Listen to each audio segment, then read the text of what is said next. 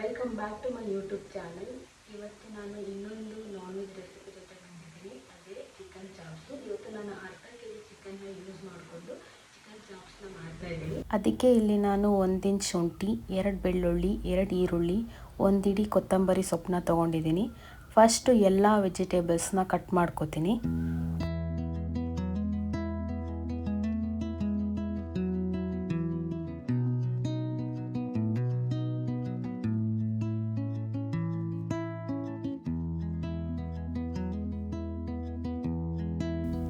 ಒಂದು ಮಿಕ್ಸಿ ಜಾರ್ಗೆ ಕಟ್ ಮಾಡಿ ಇಟ್ಕೊಂಡಿರೋದೆಲ್ಲನೂ ಸೇರಿಸ್ಕೊಂಡು ಗ್ರೈಂಡ್ ಮಾಡ್ಕೋತೀನಿ.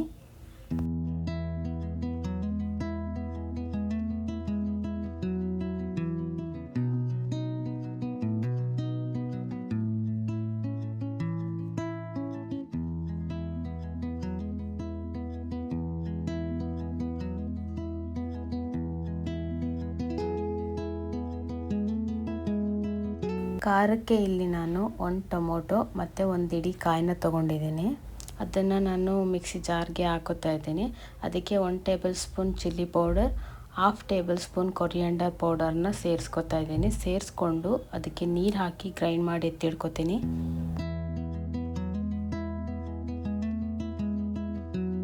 ಸ್ಟವ್ ಮೇಲೆ ಕುಕ್ಕರ್ನ ಇಟ್ಟು ಇದಕ್ಕೆ ನಾನು ಚಿಕನ್ನ ಸೇರಿಸ್ಕೊತಾ ಇದ್ದೀನಿ.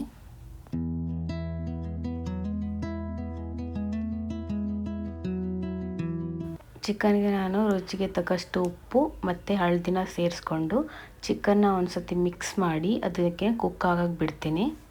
ಇವಾಗ ಚಿಕನ್ನು ನೀರು ಬಿಟ್ಟಿದೆ. ಇದೇ ಟೈಮ್ಗೆ ನಾನು ಆವಾಗಲೇ ಗ್ರೈಂಡ್ ಮಾಡಿ ಇಟ್ಕೊಂಡಿರೋ ಅಂಥ ಗ್ರೀನ್ ಮಸಾಲೆನ ಸೇರಿಸ್ಕೊತಾ ಇದ್ದೀನಿ. ಸೇರಿಸ್ಕೊಂಡು ಇದಕ್ಕೆ ಮಿಕ್ಸ್ ಮಾಡಿ ಅದನ್ನು ಕುಕ್ ಆಗಕ್ಕೆ ಬಿಡ್ತೀನಿ. ಇವಾಗ ಚಿಕನ್ನು ಹಾಫ್ ಕುಕ್ ಆಗಿದೆ. ಈ ಟೈಮ್ಗೆ ನಾನು ಖಾರನ ಸೇರಿಸ್ಕೊತಾ ಇದ್ದೀನಿ. ಸೇರಿಸ್ಕೊಂಡು ಮಿಕ್ಸ್ ಮಾಡಿ ಇದನ್ನು ಕಂಪ್ಲೀಟ್ ಕುಕ್ ಆಗಕ್ಕೆ ಬಿಡ್ತೀನಿ.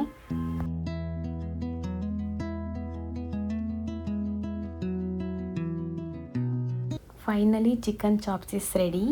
Thank you for watching.